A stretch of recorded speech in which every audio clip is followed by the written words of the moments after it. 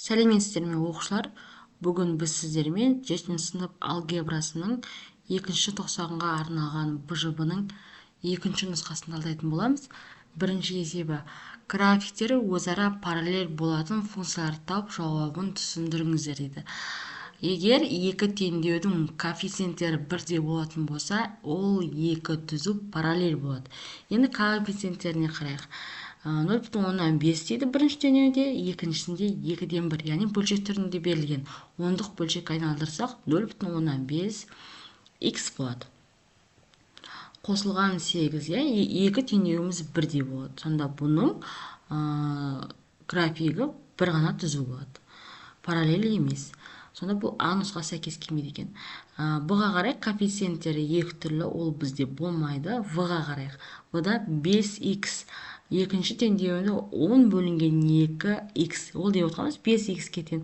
Сонда В нұсқасы да коэффициенттері бірдей екен. Сондықтан да екі түзуіміз параллель болады. Г нұсқасы сәйкес келмейді.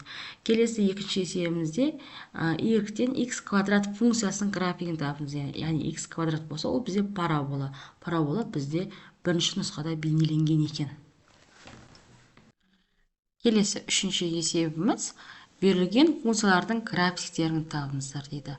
А нұсқасын шығарып көрейік. Бірінші y-тен минус 2x плюс 4. Функциясына біз x-ке мән берейік, ол 0-ге тең деп y-тің нәтижесін табамыз.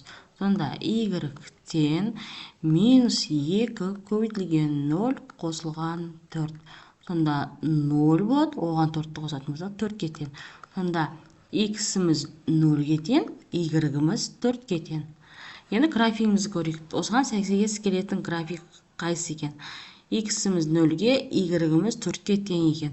Ол бізде екіншісі, сонда біріншінің графигі екінші сызылған екінші нұсқадағы график екен. А нұсқасы. Енді Б нұсқасын талдап көрейік.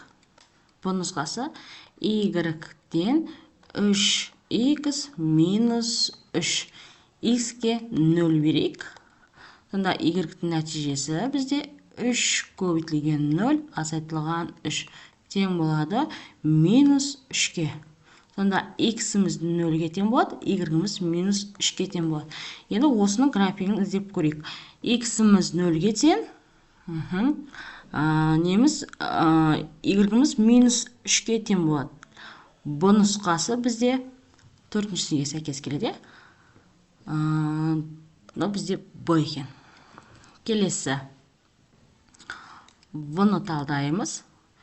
y-тен 1,3-тен 2x қосылған 5. x-ке 0 берейік. y-тің нәтижесі тең болады бізде. Так, 1,3-тен 2 көбейтілген 0 қосылған 5, оның нәтижесі бізде 5-ке тең болады. Сонда x-іміз 0-де, y-іміз 5-ке тең болып тұр.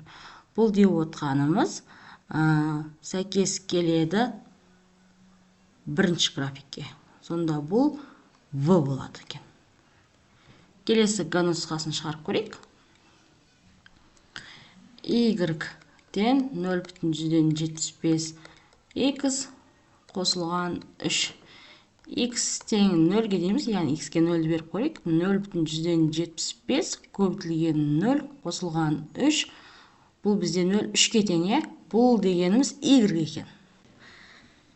Сонда x-іміз 0-ге тең, y-іміз 3-ке тең. Бұл бізде үшінші нұсқадағы. Мынау Г нұсқасы екен. Яғни бірінші y тең деп бастап жаза салуымыз керек еді.